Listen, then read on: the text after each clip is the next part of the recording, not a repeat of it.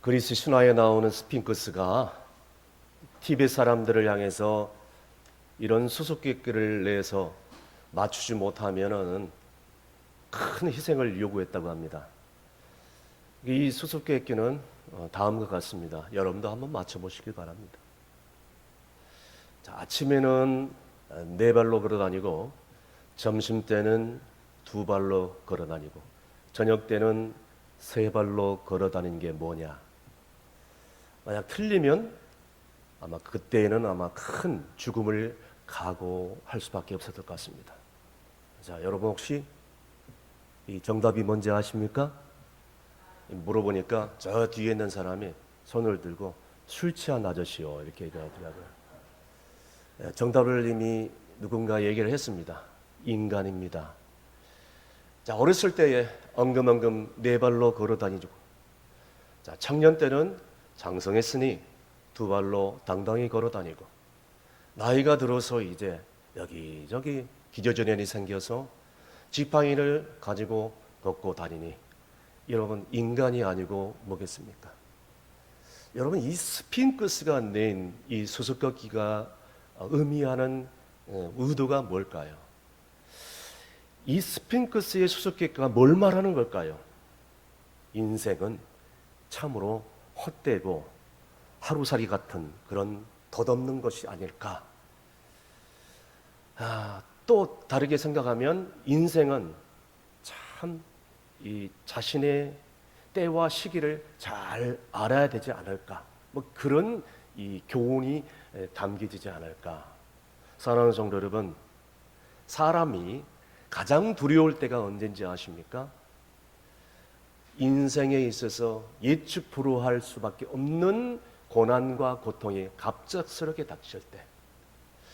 여러분, 그래서 사람들은 상상할 수 없는 그런 고통과 고난이 왔을 때에 그것을 대처하고 그것을 준비하려는 그런 마음이 앞서고 있습니다. 만약에 그것을 안다면요, 여러분 미리 준비할 수 있잖아요. 모든 상황은 변화시키지 못한다 할지라도 언제 어디서 그 일들이 발생할까, 그 고난이 올까 궁금해 하려고 애씁니다. 그렇습니다. 그래서 사람들은 이 앞나라에 대해서 너무나도 궁금해서 어리석게도 용한 점쟁이를 찾아가기도 하고 또 무당을 찾아가기도 해서 자기의 앞날을 미리 알려고 합니다. 심지어 교회 안에서도 어리석은 사람들이 어떤 예언의 인사가 있는 사람들을 향하여 다가서 예언 기도를 받으려는 그런 사람들도 종종 발생하기도 합니다. 여러분 그렇습니다. 올해의 인생이 예측 불가능합니다. 그것이 언제 어떻게 엄습하게 될지 모릅니다. 자, 그래서 제가 이미 말씀을 드렸습니다. 내일이란 시간은 인간의 시간이 아니다. 하나님이 주신 시간이다. 그래서 하나님이 주시는 시간이기 때문에 하나님께서 오늘 이렇게 잠언 27장 1절 말씀에 이렇게 말씀을 해주고 있습니다. 너는 내일 일을 자랑하지 말라. 하루 동안에 무슨 일이 일어날지 내가 알지 못함이라. 이렇게 나와 있습니다. 여러분 만일 내일 무슨 일이 일어난다면 준비할 수 있죠. 그러면 어느 정도 대처할 수 있겠고 두려움이 줄어들지 않겠습니까? 자, 그런데 내일 일을 모릅니다. 그런데요, 성숙한 신앙에는요, 내일이 무슨 일이 일어날지, 한 달 뒤에 무슨 일이 일어날지 내일을 함부로 속단하지 않습니다. 어떤 일이 벌어질지 모르겠지만, 어떤 고난이 올지 모르겠지만 주님과 함께 매일매일 손잡고 최선을 다하여 신실하게 믿음으로 살아가는 것입니다. 만약에 이렇게 살아간다면요, 결코 흔들리지 않는 삶을 살게 될 것이고, 그리고 후회 없는 삶을 살게 될 것입니다. 그렇다면 우리 주님이 언제 어느 시기에 오실지는 아무도 모른다 할지라도 우리가 부끄러움이 없는 후회 없는 삶을 살려면 어떻게 해야 될까요? 오늘 이 마지막 종말의 시기를 사랑하는 신앙인의 자세가 뭘까요? 오늘 사도 바울은 데살로니가 교회 성도들을 향하여 아주 이렇게 강조를 해주고 있습니다. 첫 번째는요, 무엇보다도 먼저 준비되어야 한다는 것입니다. 여러분, 예수님을 믿는 그리스도인의 삶은요, 재림을 기다리는 삶입니다. 그런데요, 예수님이 다시 재림하실 때는, 그때는 초림 때와는 다르게 주님께서 모든 인간들을 심판하러 오신다고 말씀하십니다. 그날이 어떻게 생각하면 두렵고 떨리는 날이고 무서운 날이죠. 그래서 초림 때에는 아주 약한 모습으로 왔지만 재림 때에는 이렇게 강한 그런 왕 중의 왕, 심판주로 오시게 된다는 것입니다. 그래서 초림 때와 달리 천사들을 통해서 예고도 하지 않습니다. 불현듯 갑자기 어느 날 그 집에 강도가 되는 것처럼 들이닥친다라고 오늘 본문에 말씀을 해주고 있습니다. 오늘 몇 절 말씀입니까? 본문 2절, 3절 말씀 다 함께 읽습니다. 주의 날에 밤에 도둑같이 이를 줄을 너희 자신이 자세히 알기 때문이라. 그들이 평안하다 안전하다 할 그때에 임신한 여자에게 해산의 고통이 이름과 같이 멸망이 갑자기 그들에게 이르느니 결코 피하지 못하리라. 아멘. 작년에 경기도 파주시에 있는 최전방의 그 군사 분계선에 우리 아군 최후 보초를 쓰고 있는 보초소, 그러니까 GP라고 합니다. 거기에 이 북한군이 내려와서 귀순 유도벌을 누르고 도망친 사건 때문에 우리 국방부가 군인들이 이 경계태세가 허술하다고 발칵 뒤집어지는 일이 있었습니다. 여러분도 기억나시죠? 우리 주님이 이 땅에 오실 때에도 마치 방금 읽은 말씀에 나와 있는 것처럼 강도가 도둑이 그 집을 들이닥치는 것처럼 갑자기 들이닥친다는 것입니다. 얼마 전에 둘째 아들이 이 최전방에서 군복무를 하고 있는데 처음 휴가를 나왔습니다. 얼마나 반가운지 와서 이 군대 얘기를 이런저런 얘기를 해줘요. 얼마 전에 이 북한군 한 소대가 전방 그 GP 구역에 한 소대들이 몰려와 가지고 그 경계 사격을 통해서 다시 돌려보냈다는 그런 얘기를 입에 침을 막 거듭고 그냥 뜨겁게 그냥 얘기를 하는데, 아들아, 네 덕분에 우리 대한민국이 편하게 나도 발 쭉 뻗고 잘 수 있어서 얼마나 감사한지 모른다. 이렇게 칭찬을 해줬습니다. 여러분, 예나 지금이나 무장 간첩의 침투는 여전히 발생되고 있습니다. 그래서 이런 일들을 제어하고 경계하기 위해서 경계 근무 태세를 하게 됩니다. 그래서 보초를 서는 사람들이 여러분 졸면요, 그 죽음을 의미합니다. 졸다가는 목이 달아날 수가 있으니까요. 그래서 보초를 서는 사람들은 적군이 온갖 속임수로 슬며시 변장하고 어느 날 갑자기 온다고 할지라도 태세를 갖춰야 된다는 것입니다. 보초병에 중요한 수칙이 하나 있는데 여러분이 군대 갔다 오신 분들은 잘 아실 것입니다. 작전에 실패한 군인은 있어도 보초, 경계에 실패한 군인은 용서받을 수 없다라고 얘기했습니다. 그러니까 경계가 얼마나 중요한지를 말씀을 해주고 있는 것입니다. 주님이 이렇게 오신다는 것입니다. 여러분, 그렇습니다. 영적 전투를 날마다 하는 그리스도인도 이와 마찬가지랍니다. 여러분, 무장 이 공비들 무방비 상태에서요, 이 적군을 어느 날 갑자기 들이닥치게 되는데 그것을 우리가 맞이하지 않으려면요, 방법은 단 한 가지밖에 없거든요. 준비하고 깨어 있으면 된다는 것입니다. 여러분, 그래서 여러분, 이 유비무환이라는 말이 있지 않습니까? 준비해서 나쁘지 않다는 것입니다. 예수님께서 제자들에게 깨어있는 종의 비유를 마가복음 13장 33절에 이렇게 말씀해 주셨습니다. 다 함께 읽습니다. 주의하라, 깨어있으라. 그때가 언제인지 알지 못함이라. 아멘. 여러분, 언제 어디에 닥칠지 모르겠지만 여러분 정말 늘 깨어서 준비하는 성도가 되시길 간절히 바랍니다. 그래서 두 번째는 깨어 있으라고 얘기를 하고 있습니다. 오늘 본문에도 똑같은 말씀을 해주고 있습니다. 오늘 본문 4절에서 6절까지 말씀 다 함께 읽습니다. 형제들아 너희는 어둠에 있지 아니하매 그날이 도둑같이 너희에게 임하리니 너희는 다 빛의 아들이요 낮의 아들이라. 우리가 밤이나 어둠에 속하지 아니하나니 그러므로 우리는 다른 이들과 같이 자지 말고 오직 깨어 정신을 차릴지라. 아멘. 계속해서 깨어 있으라고 지금 강력히 성경은 주장을 하고 있는데요. 여러분 물어보겠습니까? 여러분 깨어 있습니까? 아니면 지금 졸거나 주무시고 있습니까? 그렇다면 여기 성경에 말하는 자고 있는 것은 뭘 의미하고 깨어 있다는 것은 뭘 의미할까요? 상당히 중요한 말씀인데 먼저 졸거나 잔다는 의미에 대해서 한번 살펴보기를 원합니다. 누가복음 21장 34절 말씀입니다. 다 함께 읽습니다. 너희는 스스로 조심하라. 그렇지 않으면 방탕함과 술 취함과 생활의 염려로 마음이 둔하여지고 뜻밖의 그날이 덫과 같이 너희에게 임하리라. 아멘.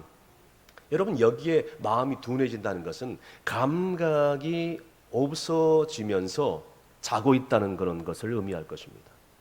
여러분 육신도 그렇지만요 마음도 굳은 살이 바뀌잖아요. 그러면요 감각이 없어집니다. 양심의 가책을 받아야 되는데 전혀 가책을 받지가 않습니다. 그걸 우리는 화인 맞은 양심이라고 합니다.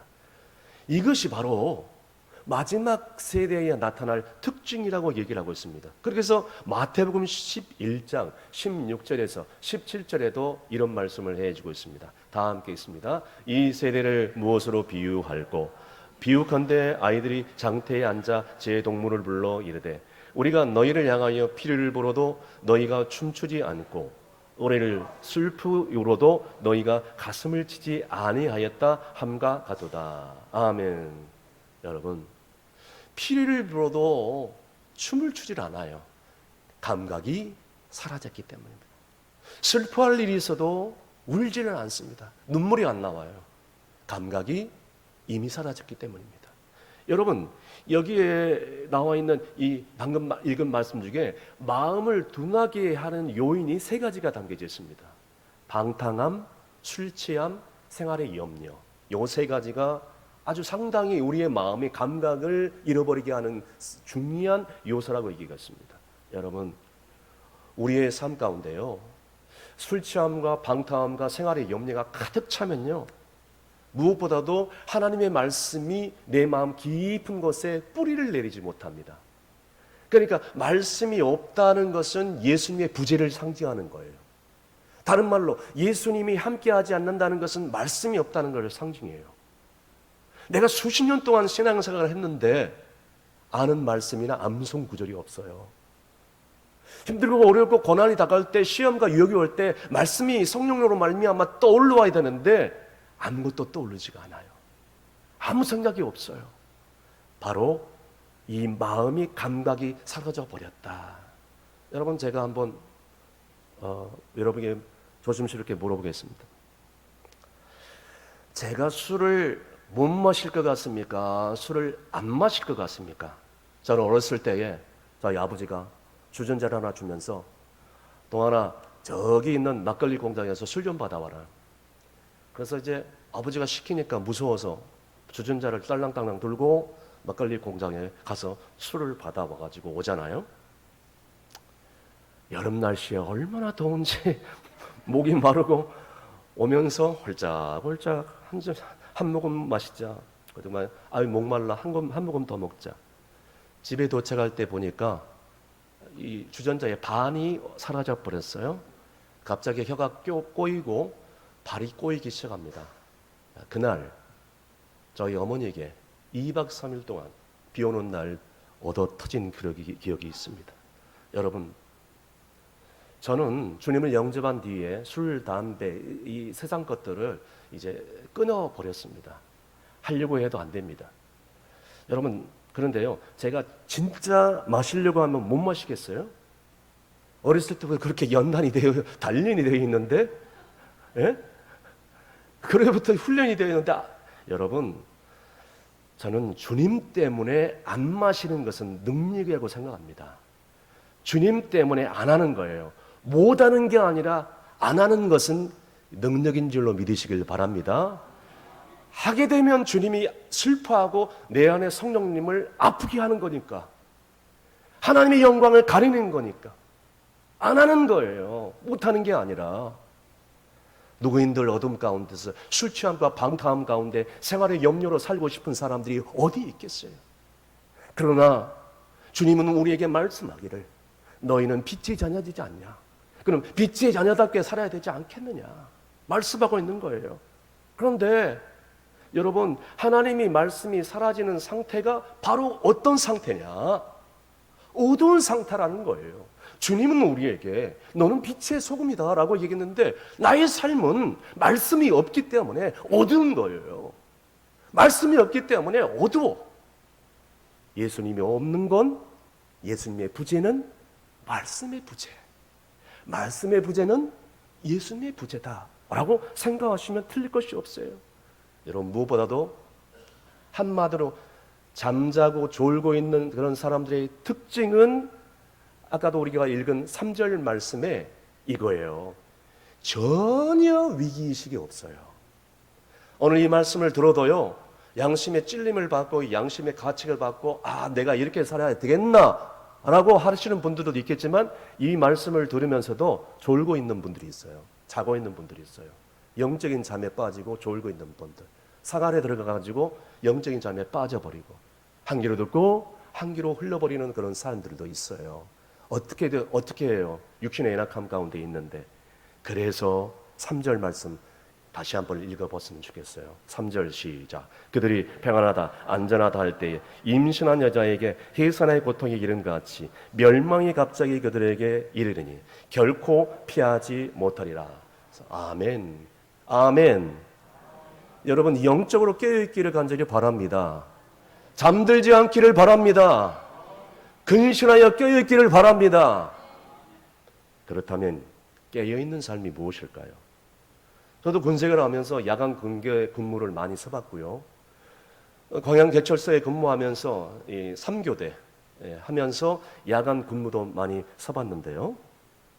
눈을 부릅뜨고 이 잠을 자지 않아야 되는데 특히 군인들이 보초를 서면서 이 잠을 자고 있거나 졸고 있다, 여러분 있을 수 없는 일입니다. 그랬다간 완전히 그날 전 소대 부대가 발칵 뒤집어집니다. 여러분, 영적인 전투를 매일매일 하는 그리스도인도 이와 마찬가지라는 거예요. 주님은요, 오늘 누가복음 21장 36절에 자세하게 우리에게 도전을 해주고 있습니다. 누가복음 21장 36절 시작. 이러므로 너희는 장차 올 이 모든 일을 능히 피하고 인자 앞에 서도록 항상 기도하며 깨어 있으라. 아멘. 따라하겠습니다. 항상 기도하고 깨어 있으라. 따라하겠습니다. 기도는 그리스도인의 생명줄이다. 동의하시면 아멘. 여러분, 그리스도인으로서 내가 항상 성령 충만하고 영적인 생명을 유지하는 길이 뭔지 아십니까? 기도하는 것입니다. 그런데 사람들이 이렇게 생각하는 사람들이 있어요. 제가 한번 물어볼게요. 여기 보십시오. 지금도 숨을 쉬고 있는데 지금 숨 쉬는 것이 힘듭니까? 아니면 쉽습니까? 자, 힘든 분들은 육신의 지병이나 어떤 사고를 당했을 때 너무 힘들 거라고 생각됩니다. 그분들은 숨 쉬는 것조차도 힘들어요. 그래서 산소호흡구를 끼워야 되는 것이죠. 그러나 그렇지 않은 분들은 평상시 숨 쉬는 것은 그렇게 어렵지 않습니다. 그런데 어떤 사람들은 이 기도를 너무 어렵게 생각을 해요. 기도는 하나님 앞에 나와서, 교회 성전에 나와서 꼭 무릎 꿇고 엎드려서 특별한 형식을 갖춘 상태에서 좋은 화려한 언어를 구사하고 다른 사람이 좀 듣기에도 참 은혜스러운 말을 해야 된다, 꾸며야 된다라고 생각을 하는 것입니다. 여러분 보세요. 기도는요, 하나님과 우리 주님과 인격적인 대화를 나눈 거예요. 여러분 가정에 들어가가지고 여러분 자녀들과 또 연로하신 부모님들 만날 때 여러분, 어떤 격식을 갖추고 막 형식을 갖추고 막 어렵게 화려한 미사역을 사용합니까? 아리없게는 황소하나 아버님, 어머님 이렇게 합니까? 아니잖아요. 가족들 가운데는 그런 단어를 쓸 필요가 없는 거예요. 그냥 편하게 인격적으로 대하는 그런 숨기 없는 대화를 하는 것이 가족 관계잖아요. 우리 주님과 우리 하나님과의 그런 기도도 마찬가지라는 거예요. 그런데 그것을 막 꾸미려고 하고 그럴 필요 없다는 거예요. 우리가 1대1로 우리가 주님 앞에 기도할 때는 있는 그대로 솔직하게 내 마음에 있는 상처를 그대로 표현하면 되십니다. 물론 공적인 대표 기도를 할 때는 준비를 해야 되겠지만, 그래서 시편 139편 1절에서 4절에 이런 말씀이 기록되고 있습니다. 다 함께 읽습니다. 여호와여, 주께서 나를 감찰하시고 아셨나이다. 주께서 나의 앉고 일어섬을 아시며 멀리서도 나의 생각을 통촉하시며 나의 길과 눕는 것을 감찰하시며 나의 모든 행위를 익히 아시오니 여호와여, 내 혀의 말을 알지 못하는 것이 하나도 없으니이다. 아멘. 제일 마지막 군에 따르겠습니다. 여호와여, 내 혀의 말을 알지 못하는 것이 하나도 없습니다. 동의하시면 아멘. 그렇기 때문에 사랑하는 성도 여러분이요, 깨어 기도할 수 있기를 주의 이름으로 축원합니다. 마지막으로 사랑하고 섬기는 삶을 사는 게 정말 주님을 기다리고 준비하는 삶이다라고 말씀해 주고 있습니다. 오늘 본문 8절에서 11절까지 말씀 다 함께 읽습니다. 우리는 낯에 속하였으니 정신을 차리고 믿음과 사랑에 호심경을 붙이고 구원의 소망의 투구를 쓰자. 하나님이 우리를 세우심은 노하심이 이르게 하심이 아니요 오직 우리 주 예수 그리스도로 말미암아 구원을 받게 하심이라. 예수께서 우리를 위하여 죽으사 우리로 하여금 깨어 있든지 자든지 자기와 함께 살게 하려 하셨느니라. 그러므로 피차 권면하고 서로 덕을 세우기를 너희가 하는 것 같이 하라. 아멘. 여러분, 여기에 나와 있는 정신을 차린다는 것은 뭘 의미하냐? 우리의 말과 행동을 조심해야 된다는 거야.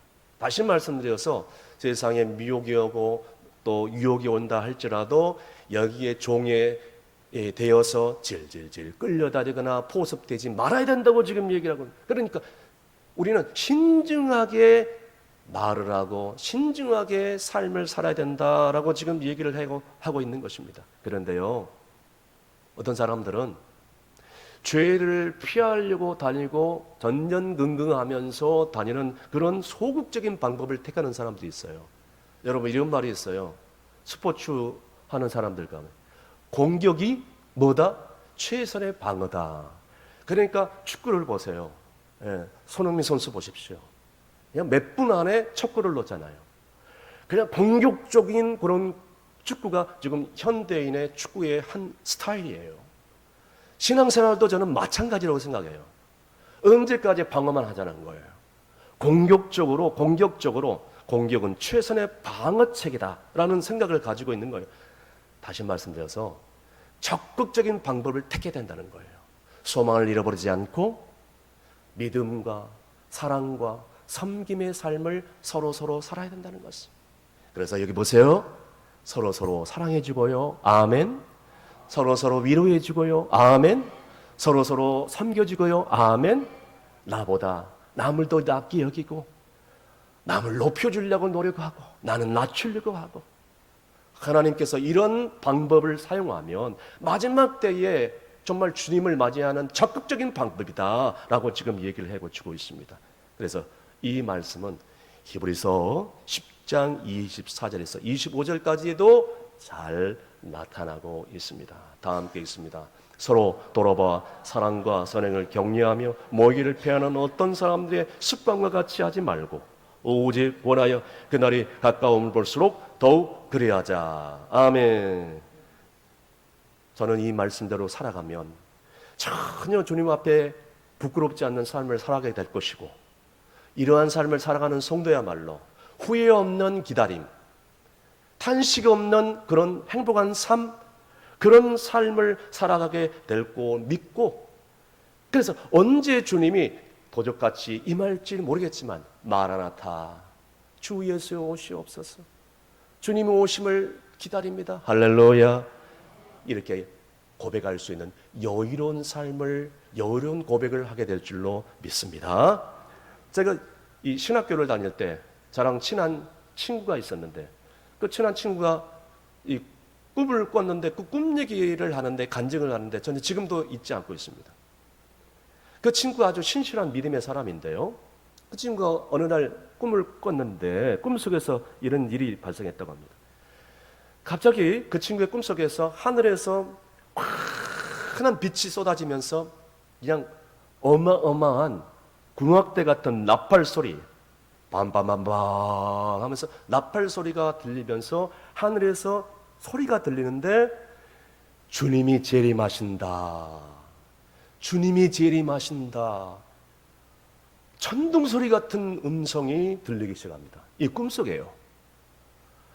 그래서 너무너무 그냥 그 외침에 놀래가지고 너무너무 또 한편으로는 기쁘고, 그래서 그 음성이 들리는 쪽으로 달려가라는 순간, 찰나에 문득 드는 순간이, 하나님, 우리 어머니 아버지 아직 예수님 믿지 않은데, 우리 부모님 주님 영접하지 않았는데, 그 생각에 번뜩 든 거야. 주님, 우리 부모님 영접하지 않았는데, 우리 가족 주님이 영접하지 않았는데. 그 친구가 그 꿈을 깨어나서 그 자리에서 한 1시간 동안 울었대요. 그 꿈을 꿀 때는 처음에는 너무 기뻤는데, 그 꿈을 꾸고 난 다음에 너무너무 두려움에 사로잡히대요.